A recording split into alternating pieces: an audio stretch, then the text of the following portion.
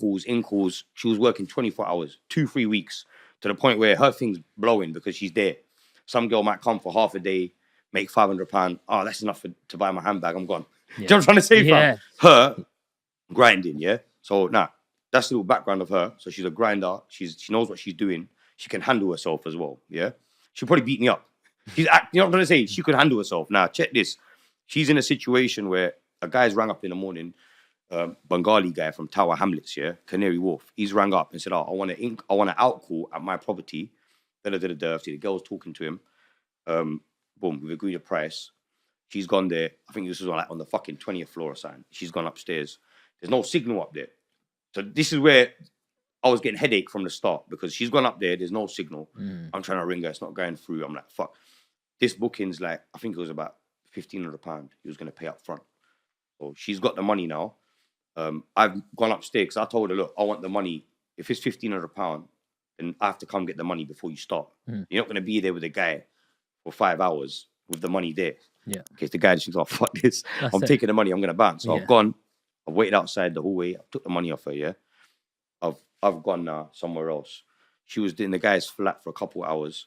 Then the guy goes, can we go to a hotel? Like, I don't want to chill here no more. Can we go to a hotel? She's messaged me. I've told her, yeah, that's calm. Yeah, do your thing. The guy's booked it. They've gone to a hotel around the corner.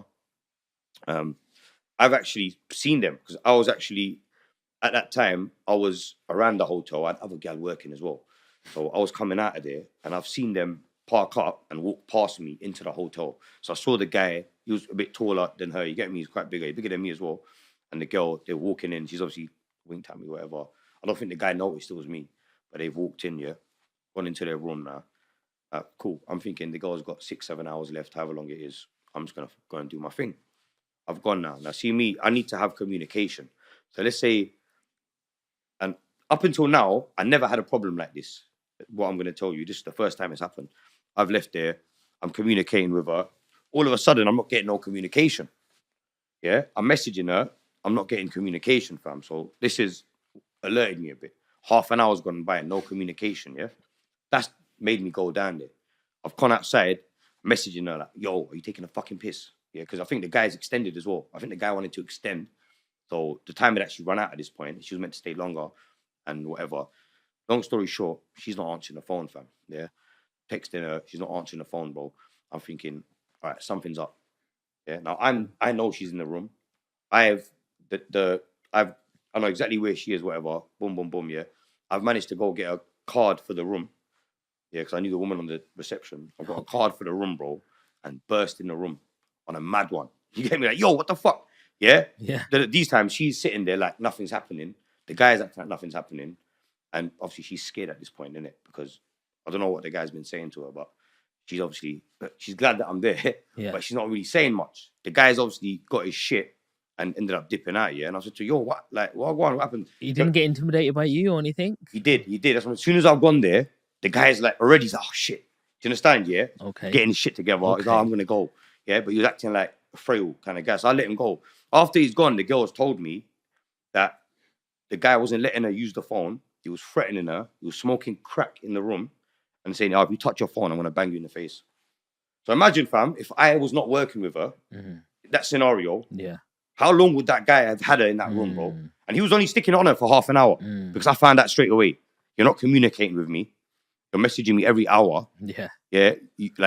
That's my investment, bro. She's making me 2-3 grand a day.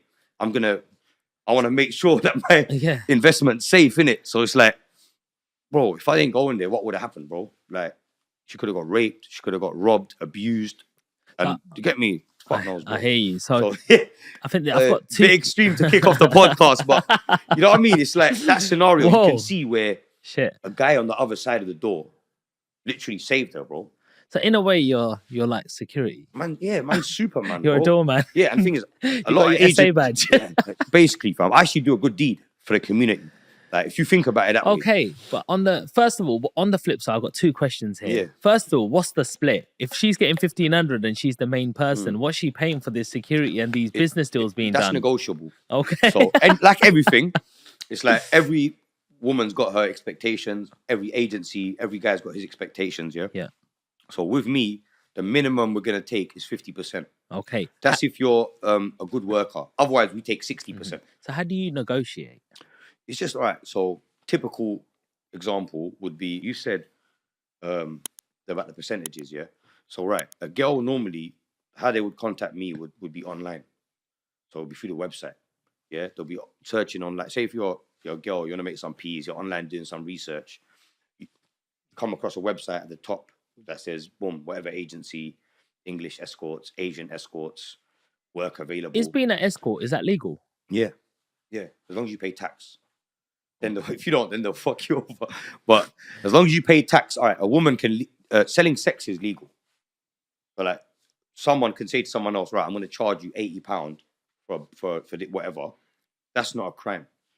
If it's between two people, it's legit. So it's legit. But how did this all start? Mad, bro. It's just randomly, you know. Right? A girl actually approached me and said, yo, let's make some money together. A couple of girls have done it. Actually, it wasn't one. Really? Two different occasions. Two different. In what sort of environment did the girl just ask you? One woman she was a bit of a crackhead. She was a bit of a nitty, yeah. She used to pick up. Long story short, she was a bit of a crackhead one where she probably wanted to make money for drugs. I came across her and we just started working because, you know, she obviously needs security. She knows she can't do it on her own. I had the drugs. She was like, I might as well work with this guy. And I was just feeding her drugs basically to work. So that was one scenario which lasted probably 2 weeks or maybe a month at tops, yeah. And it was an opportunity, yeah. And I kind of made some money and just left it. And then a few months later, someone that was actually renting a property from me and working there, she had a problem that obviously she couldn't deal with. Someone was coming there and basically robbing her, beating her up, you get me? And she needed someone to help her. The first person she turned to was the guy she's renting the flat off. But she shouted me, I've gone down there. I felt like I have to do something in it. Cool. She's on her own. She's renting this place off me. She pays more than the usual rent. I'm getting good rental yield. Yeah. I need to protect She was paying me double rent, fam. You get me? Obviously, at that point, I wasn't involved in any business. I just know, right, the flat was £1,500 a week. That was the rent. Yeah, Queensway.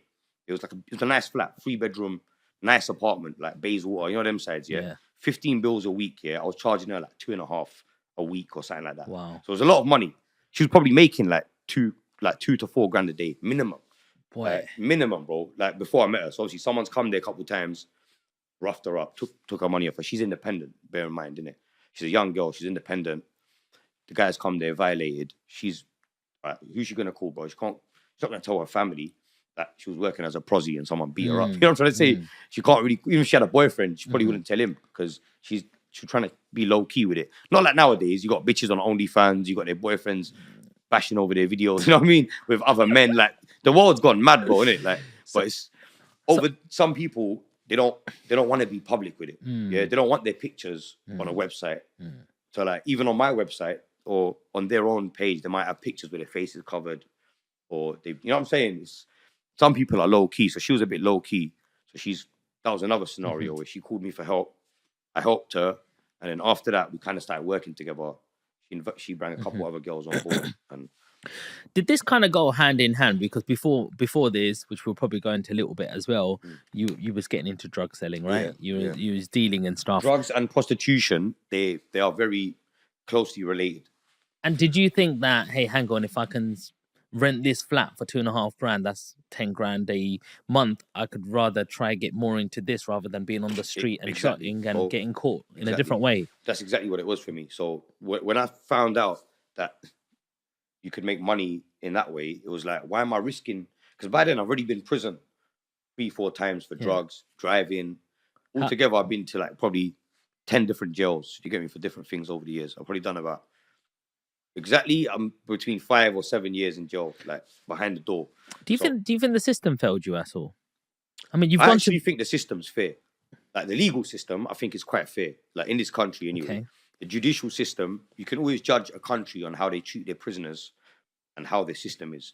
And I think for the amount of trouble that I've been in, the things that I've done, I think the prison time that I've got is about fair.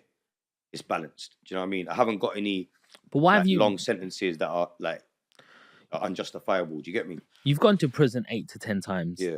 it's failed you in some way, shape, or form? I think society, I think in general, I think the rehabilitation side of it,